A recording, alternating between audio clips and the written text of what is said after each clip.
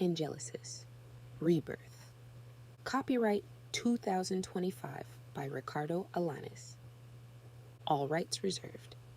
No part of this publication may be reproduced, distributed, or transmitted in any form or by any means, including photocopying, recording, or other electronic or mechanical methods, without the prior written permission of the publisher, except as permitted by U.S. copyright law. The story, all names, characters, and incidents portrayed in this production are fictitious. No identification with actual persons, living or deceased, places, buildings, and products is intended or should be inferred. Chapter 5. The Prime Warriors. The elevator jerks to a halt with such force that Grace's teeth clack together painfully. Her body, which had been floating in defiance of gravity, slams against the floor as physics reasserts itself. The doors slide open with a pneumatic hiss, revealing a world she could never have imagined beneath the university campus. Her legs wobble beneath her as she stumbles out, one hand braced against the wall for support. The vast chamber before her resembles a martial arts dojo, but on a scale that defies reason. The ceiling soars at least 50 feet above, supported by columns etched with runes that shift and change as she watches, like living calligraphy. The walls pulse with the same symbols, casting a pale, heavenly light that seems to emanate from the stone itself. Distant chants echo through the space, the words indecipherable, but carrying a weight that makes the air vibrate against her skin. Grace's fingers tremble as she pushes a strand of unwashed hair behind her ear, her eyes struggling to process the scene before her. The serenity of the architecture stands in stark contrast to the violent tableau at the center of the room. A group of soldiers in sleek, futuristic armor, not military, something else entirely, surround a young man with magnificent black wings that strain against golden chains. Grace can see the veins in his neck bulging as some kind of venom works its way through his system. Andrew has been judged and found wanting, announces a deep voice that reverberates through the chamber. The execution will proceed. An older warrior steps forward from the circle, his presence commanding immediate attention. His face bears the weathered lines of someone who has seen too many battles, yet his movements remain fluid and precise. Unlike the others, he wears no helmet, allowing Grace to see his piercing eyes that seem to hold centuries within them. Samael, one of the soldiers, addresses him with deference. The prisoner continues to resist the binding agents. Then administer more, Samael replies coldly, producing a blade. We end this tonight. Andrew thrashes against his restraints with impossible strength, his wings beating furiously. The chains tighten in response, injecting more of the glowing venom. A scream tears from his throat, raw and primal, before he slumps momentarily, his resistance temporarily subdued. Grace's heart hammers against her ribs. This isn't an arrest or a trial. It's an execution. Her mind reels, struggling to process that beneath her university, beneath the world she thought she knew, exists this hidden realm where winged beings are chained and sentenced to death. Samael raises the blade, its edge catching the ethereal light. In the name of the Order of St. Michael, I consign this abomination to stop. The word tears from Grace's throat before she can consider the consequences. Every head turns toward her. The soldiers' visors reflect her own terrified face back at her, multiplied like a fractured mirror. Samael pauses, the blade still raised, his expression revealing neither surprise nor concern. A display of ceremonial weapons adorns the wall nearest to Grace. Without conscious thought, her hand closes around the hilt of an ornate knife. 3 quick steps bring her behind Samael, the blade pressed against his throat, before any of the soldiers can react. "Let him go," she demands, her voice trembling but determined. The knife feels wrong in her hand, too heavy, too real, but she presses it firmly against Samael's skin, feeling his pulse beneath the blade. The soldiers react instantly, weapons train on her from all directions. She can hear the high-pitched whine of energy weapons powering up, feel the weight of a dozen targeting systems locking on to her vital organs. "Hold," Samael commands, remarkably calm for someone with a blade at his throat. His eyes study Grace with the clinical interest of a scientist observing an unexpected reaction in an experiment. "And who might you be to interrupt the justice of the Prime Warriors?" She falters. What is she? A college student? A granddaughter of monster hunters? A trespasser in a world she doesn't understand? "I'm Grace Horlin." A ripple passes through the assembled warriors. Something about her name has meaning here. "Horlin," Samael repeats, the word carrying weight. Tom and Rachel's granddaughter. Interesting timing. "I don't know what's happening here," Grace admits, her arm beginning to ache from maintaining the awkward position. "But I know an execution when I see one, and I know it's wrong." "You know nothing of what this creature has done," Samael replies, still unnervingly tranquil despite the knife at his jugular. "He's a murderer, an Angelica." The terms mean nothing to Grace, yet something in her rebels against the cold finality of Samael's judgment. Her eyes meet Andrew's across the room. His face, beautiful, despite being contorted with pain, shows no gratitude for her intervention, only confusion and wariness. The wings jutting from his back flutter weakly, their black feathers gleaming with an oil-slick iridescence under the strange light. A door opens on the far side of the chamber. A woman enters, tall and elegant, with dark skin and eyes that hold ancient wisdom. Her measured stride falters when she spots Grace, genuine shock registering on her face before it's carefully controlled behind a mask of resignation. "Alicia," Samael acknowledges, without turning his head. "It seems we have an unexpected guest." "So I see," Alicia replies, her voice carrying across the chamber with perfect clarity. Her gaze shifts between Grace, Samael, and the restrained Andrew, calculating possibilities faster than Grace can follow. Perhaps there is another way. The talisman at Grace's throat pulses once, violently. As if recognizing Alicia, the sensation sends a jolt down Grace's spine. But she keeps the knife steady, aware that her life depends on maintaining this fragile standoff. "There is no other way," Samael states flatly. "The council has decided." "The council," Alicia counters, moving closer with deliberate steps, "did not account for the arrival of a Horlin." Her eyes lock with Grace's, conveying a message Grace can't quite decipher. And that changes everything. The room goes utterly still, poised on the knife's edge of possibility, as Alicia's words hang in the air between them. "Speak plainly, witch," Samael demands, his voice betraying the first hint of irritation despite the blade still pressed against his throat. What other way could there possibly be for a murderer of angels? Alicia moves forward with measured steps, her eyes never leaving Grace's face, as if trying to communicate something beyond words. Her hands rise in a placating gesture. Grace's arm aches from holding the knife steady, but she doesn't dare lower it. "What are you talking about? What crime?" Alicia turns toward her fully now, and Grace feels a chill run down her spine at the intensity of the woman's gaze. Andrew is an Angelica, a being created through corrupted divine magic. 3 months ago, he hunted and killed an angel named Sam, a divine being.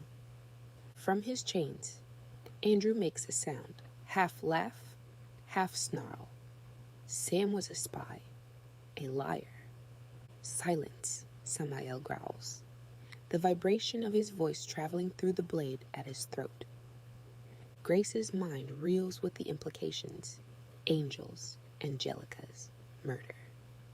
This hidden world beneath her university suddenly feels like it extends far beyond what she imagined, perhaps throughout all of history, running parallel to the mundane reality she's always known.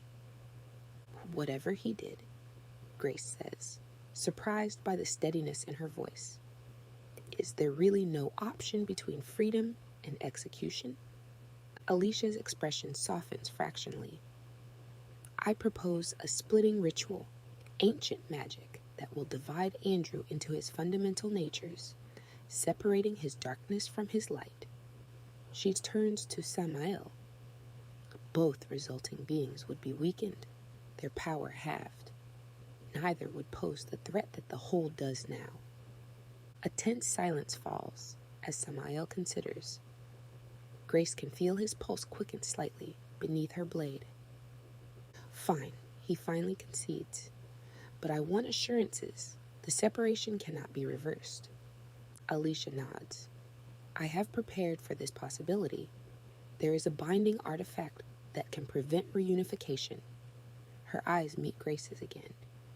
But it would require a guardian, someone neutral, someone with the right bloodline. The implication hangs in the air between them. Grace feels the weight of it pressing down on her shoulders even before Samael speaks. A Horlin, he says. You want the granddaughter. I'll do it, Grace blurts, not entirely sure what she's agreeing to, but certain that it's better than watching an execution. Whatever it is, I'll do it. Just don't kill him. Samael's shoulders relax fractionally. Remove the knife, Miss Horlin. If you're to be part of this, we should begin as allies rather than adversaries. Grace hesitates, then slowly withdraws the blade from Samael's neck. The moment it leaves his skin, 2 soldiers flank her, not quite restraining her, but clearly ready to, if necessary. Samael turns to face her fully, and she's struck by the ancient power in his eyes, like looking into the heart of a storm that's raged for centuries. If Alicia's ritual fails, he says quietly, I will still carry out the sentence. Remember that? Alicia moves to the center of the chamber, gesturing for the soldiers to bring Andrew forward. They drag him, still bound in the golden chains, to a circle inlaid in the floor, a pattern of intertwining symbols that begin to glow as Andrew crosses their boundary.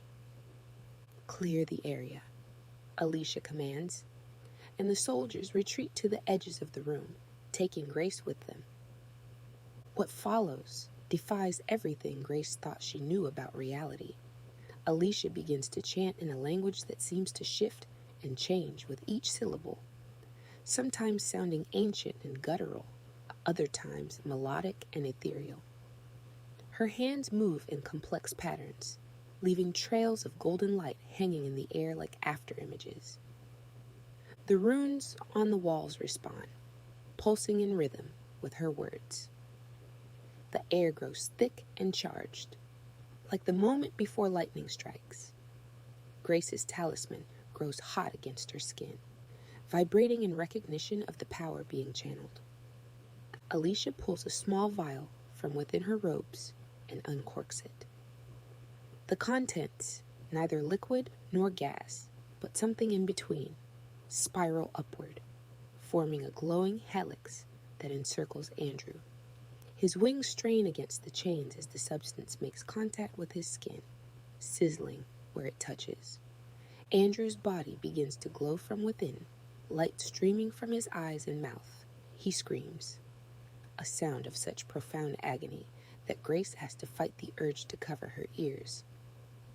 The chains binding him suddenly shatter, but he remains suspended in the air, held by Alicia's magic.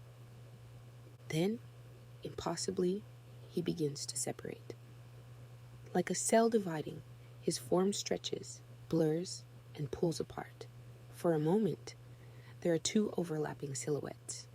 Then, with a final, thunderous word from Alicia, they tear free from each other with a sound like the world splitting. Two bodies crash to the floor as Alicia staggers backward, drained by the enormous working. Where one Andrew had been, two now lie panting on the stone. They are identical in face and form, with one stark difference. One still bears wings of midnight black, while the other's wings are pristine white, like freshly fallen snow.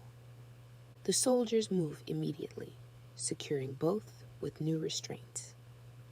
Both Andrews appear weakened, their supernatural strength diminished by the division. Alicia approaches Grace, reaching into a pocket of her robes to produce a ring. It's made of a black metal like none Grace has seen. It seems to absorb light rather than reflect it. The black band has a white feather design going round it. This will prevent their reunion, Alicia explains, placing the ring in Grace's palm. Guard it with your life. Should they ever reunite? She leaves the consequence unspoken, but her expression conveys the gravity. The ring feels unnaturally cold against Grace's skin, almost burning with its chill. She slides it onto her finger where it adjusts itself to fit perfectly, as if it had been made for her. The weight of responsibility settles over her like a physical burden. Why me? She asks, her voice small in the cavernous space.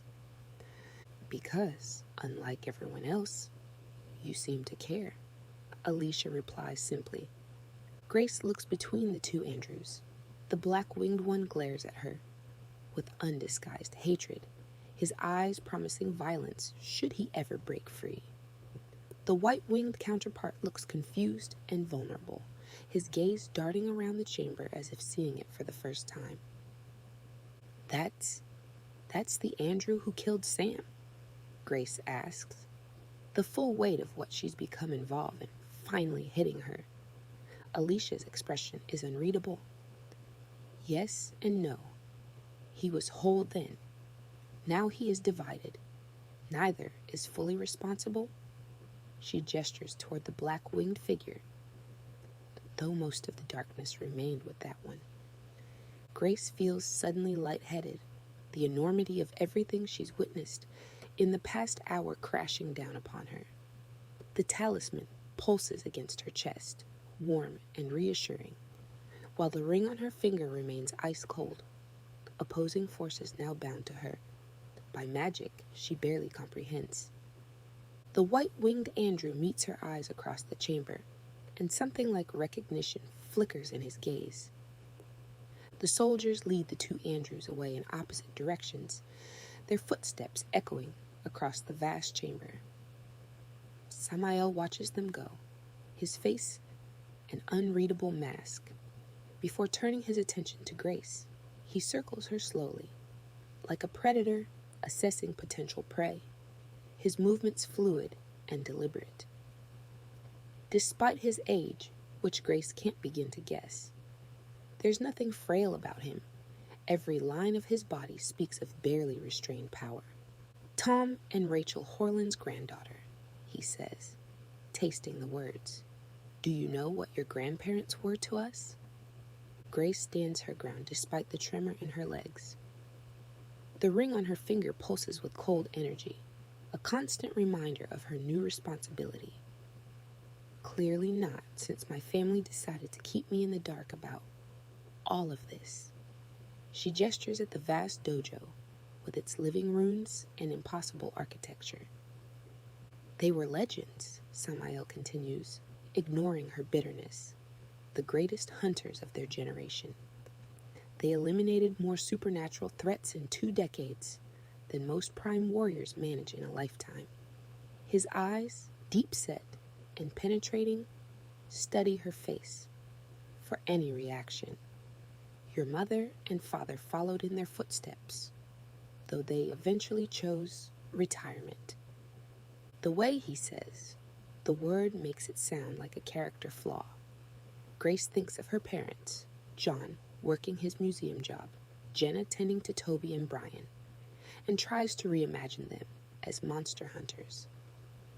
The image doesn't quite fit, yet somehow feels right, like the final piece clicking into a puzzle she's been working on her entire life. If they were so legendary, Grace challenges, finding courage in her growing anger. Why did no one protect them when they needed it most? Samael's eyebrows rise fractionally. Bold, he murmurs, almost to himself. Your grandparents knew the risks. Every prime warrior does. He steps closer, his presence looming over her. The question is whether you have their courage, their conviction. You could be one of us, Grace Horlin. You have the bloodline, the instincts. You were about to execute someone, Grace replies, her hands clenching into fists at her sides. That's not justice. That's necessary. Samael cuts her off sharply. Angelicas, like Andrew, are abominations. Corrupted divinity mixed with demonic essence. They feed on human flesh and blood. The one you saved has killed dozens, perhaps hundreds, over his lifetime. The soldiers around the room watch their exchange, with expressions ranging from curiosity to outright hostility. One woman, in particular, catches Grace's attention. Not much older than herself, with short dark brown hair and a lithe, athletic build. Unlike the others, she wears no helmet, allowing Grace to see her striking features and the ugly scar that runs down her neck, disappearing beneath her collar. Her eyes burn with an intensity that makes Grace uncomfortable. You have no idea what you've done, Samael continues, his voice dropping to a dangerous whisper. The responsibility you've taken on. That ring binds you to Andrew now, a connection that will draw other supernatural creatures to you, like moths to flame. I didn't ask for this, Grace says, her voice steadier than she feels. Few of us do, Samael responds, something like sympathy flickering across his features before it's replaced by steel resolve. But now you're part of this world, and you'll need training, protection. Join us. Honor your grandparents' legacy. Before Grace can respond, the intense-looking woman steps forward, her movements sharp with barely contained aggression. This is ridiculous, she snaps, her dark eyes flashing. She stumbles in here by accident, and suddenly she's given custody of our most dangerous prisoner. She turns to Grace, nostrils flaring. Do you even know how to fight? How to defend yourself against something that moves faster than your eye can track? Rain, Samael warns, but there's a hint of satisfaction in his tone, as if he's pleased by this confrontation. No, Rain continues, moving closer until she's mere inches from Grace's face. I want to know what makes her so special, because from where I'm standing, she looks like a civilian who's going to get herself, and possibly the rest of us, killed. Grace meets Rain's gaze without flinching, though her heart pounds painfully against her ribs. There's something behind the woman's anger, something that looks almost like fear. I don't claim to be special, Grace says quietly, but I'm not going to stand by and watch an execution without at least trying to find another way. Rain's eyes narrow, searching Grace's face for something. Weakness, perhaps, or deception. Whatever she finds makes her step back slightly, her hostile posture softening almost imperceptibly. Samael watches this exchange with calculating eyes before turning back to Grace.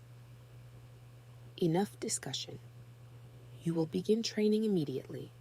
The Prime Warriors have protocols for situations like this. He reaches toward Grace's arm, his fingers curled like talons about to seize prey. Don't touch her. Rain's voice cuts through the tension like a blade. Samael freezes, his hand suspended in mid-reach. Excuse me? Rain moves with unexpected swiftness, placing herself between Grace and Samael.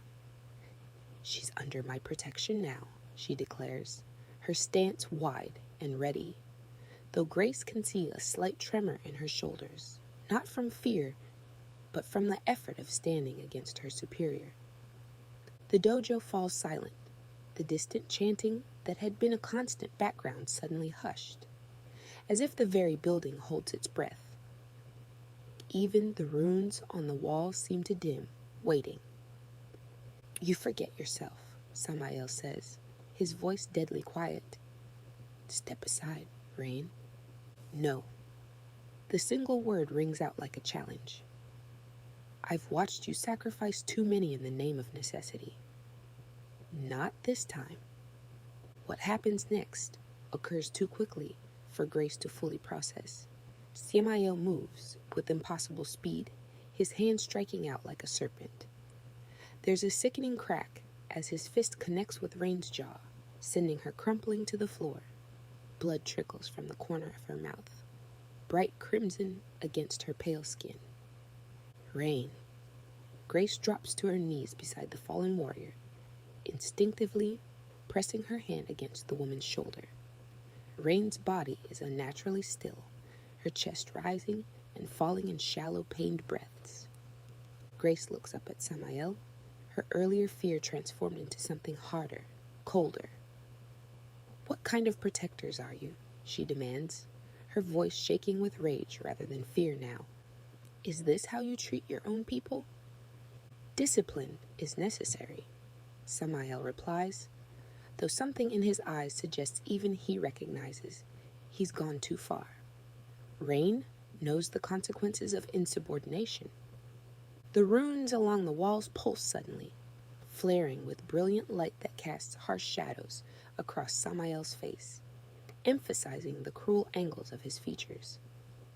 The vibration travels through the floor, up Grace's legs, intensifying the connection between the ring on her finger and the talisman at her throat. Both artifacts respond, one with ice, one with heat, their opposing energies creating a whirlwind of power that makes the air around her shimmer visibly. Rain stirs beneath Grace's hand, her eyes fluttering open. Blood continues to flow from her split lip, but her gaze is clear and focused. As it meets Grace's, "Don't back down," she whispers, so softly that only Grace can hear. He respects strength.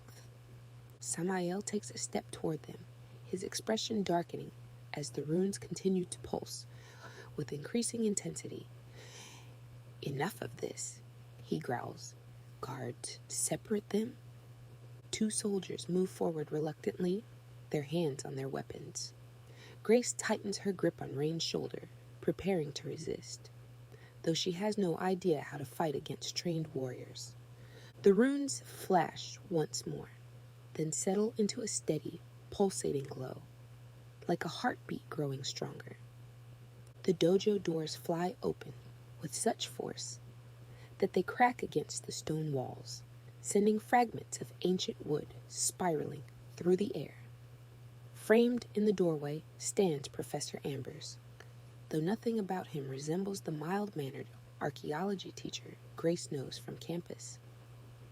His shoulders, normally stooped in academic humility, now pull back with military precision.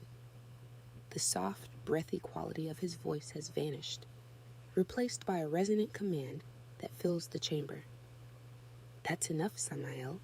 The soldiers freeze in their approach toward Grace and Rain. Samael turns slowly, his expression flickering between annoyance and something Grace is startled to recognize as respect, or perhaps fear. Kyle, Samael acknowledges stiffly. This is prime warrior business. Your retirement removes your authority here. Professor Ambers, Kyle, strides into the chamber with purposeful steps. The runes on the walls brighten as he passes, responding to his presence, like flowers turning toward the sun. My retirement was conditional, as you well know. He stops several feet from Samael, his normally gentle eyes now hard as stone, and striking a subordinate crosses the line we discussed. Grace remains kneeling beside Rain, whose breathing has grown labored, blood still trickling from her split lip. Mr. Ambers glances their way, and his expression softens momentarily. The girl stumbled into a situation beyond her understanding, Samael argues, though his posture has become noticeably defensive. And Rain overstepped her authority. Did she? Mr. Ambers asks mildly, though the question carries unmistakable threat. Or did she simply recognize what you've forgotten? That our purpose is protection, not persecution? He moves past Samael, as if dismissing him, approaching Grace and Rain with measured steps. He kneels opposite Grace, his movements fluid despite his apparent age. Up close, Grace notices something she's never seen before, a faint luminescence beneath his skin, as if he contains light within his very cells. Miss Horlin, he says gently, his voice once again carrying that familiar breathy quality she knows from his lectures. I apologize for the roundabout way I introduced you to this world. Some truths must be discovered rather than told. Rain groans softly, her eyes fluttering. Mr. Ambers turns his attention to her, placing his hands over her injuries with careful precision. Be still, brave one, he murmurs. What happens next defies Grace's understanding of reality, even more profoundly than Andrew's splitting. Light flows from Mr. Ambers' fingertips, seeping into Rain's wounds. The bruising that had begun to discolor her jaw fades before Grace's eyes, the split in her lip knitting together until only a faint pink line remains. Rain's eyes open fully, clarity returning to her gaze as she draws a deep, untroubled breath. Professor? Grace whispers, unable to form a more coherent question. Mr. Ambers smiles, the expression both ancient and youthful. Not quite accurate, though I do enjoy teaching. My true name is, rather, difficult for human tongues. He helps Rain to a sitting position with gentle efficiency. How do you feel? Better, Rain admits grudgingly, wiping the remaining blood from her chin. Though your timing could have been earlier. Mr. Ambers' laugh is unexpectedly warm, always the critic. He turns back to Grace. I imagine you have questions. 100 inquiries crowd Grace's mind, fighting for precedence. She settles on the most immediate. You knew my grandparents? Tom and Rachel were more than colleagues to me, Mr. Ambers confirms, rising to his feet and offering a hand to both Grace and Rain. They were friends. Grace accepts his hand, noticing how it seems to radiate warmth that travels up her arm and throughout her body, easing the aches and exhaustion of the past hours. And what are you? A guardian, he says simply, one who chose to walk among humans rather than watch from afar. His gaze shifts to Samael, who stands rigidly among his soldiers. I want their complete files, he demands, his voice regaining its commanding resonance. Everything on Tom and Rachel Horlin, their missions, their contacts, their research, especially their final investigation. Samael's jaw tightens. Those records are classified by order of the Council. The Council answers to a higher authority, Mr. Ambers replies, a hint of something vast and ancient bleeding into his voice, as do you. For a moment, the two men stare at each other, locked in silent battle. The runes on the walls pulse faster, brighter, as if responding to their confrontation. Finally, Samael gives a curt nod to one of his lieutenants, who hurries from the room. "What happens now?" Grace asks, her fingers unconsciously tracing the cold metal of the ring. "With the Andrews? With me?" Mr. Ambers turns back to her, his expression softening. "That depends on you, Grace. But I would like to offer an alternative to Samael's recruitment pitch." He glances at Rain, who has moved to stand slightly behind Grace's right shoulder, a position that feels oddly like a bodyguard stance.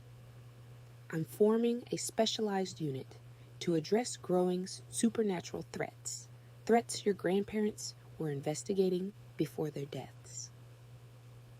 "You want me to join?" Grace asks, incredulous. "I don't know anything about fighting or hunting or—" "You know more than you realize," Mr. Ambers interrupts gently. "The talisman chose you.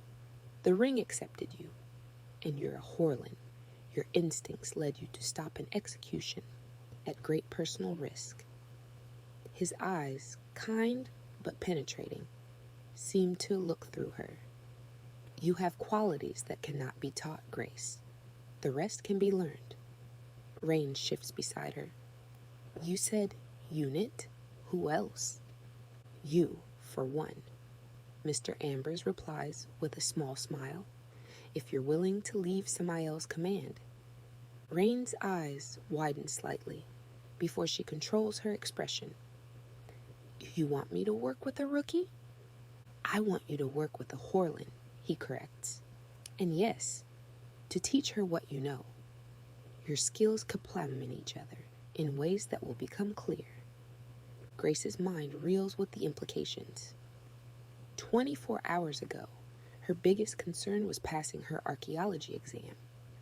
Now she stands in an underground dojo, wearing a magical ring that binds her to two halves of a supernatural being recruited by her professor, who is apparently some kind of angel, to join a monster hunting team.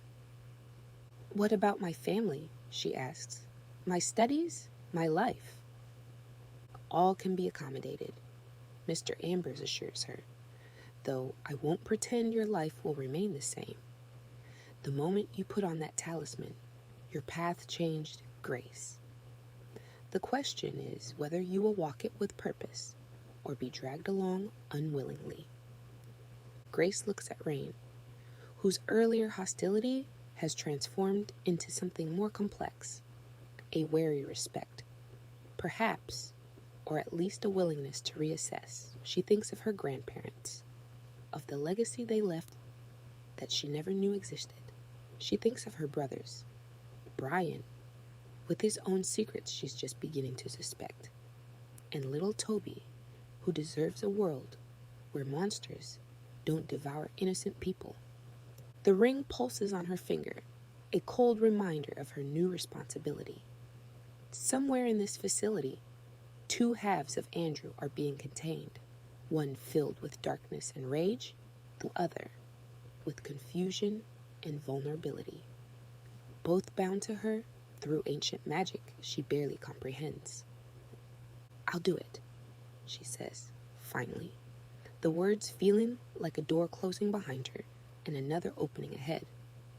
"I want to know the truth about my grandparents, about this world, about everything." Mr. Ambers nods, satisfaction in his eyes. "Then we begin immediately. Samael."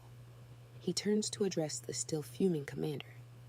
"I'm assuming temporary quarters for Ms. Horlin and transferring Rain to my command, effective immediately." Grace expects an argument, but Samael merely inclines his head in stiff acknowledgement. Whatever authority Mr. Ambers holds clearly outranks even the Prime Warrior Commander's considerable power. As they prepare to leave the dojo, Grace catches a final glimpse of the two Andrews being led down separate corridors. The black-winged one looks back, his eyes burning with hatred so intense she can feel it like a physical force across the distance. The white-winged one doesn't turn, his shoulders slumped in what might be relief or resignation. The ring on her finger pulses once more, the cold magic flowing up her arm and settling somewhere near her heart. A binding, a promise, a burden. Grace follows Mr. Ambers and Rain toward whatever future awaits, leaving behind the ordinary world she once knew, stepping fully into one where angels and monsters are real, where her family name carries weight and history, and where her choices might tip the balance between light and darkness. The runes on the dojo walls dim as they pass through the doors, as if exhaling after holding their breath, waiting for the next chapter in an ancient, ongoing war.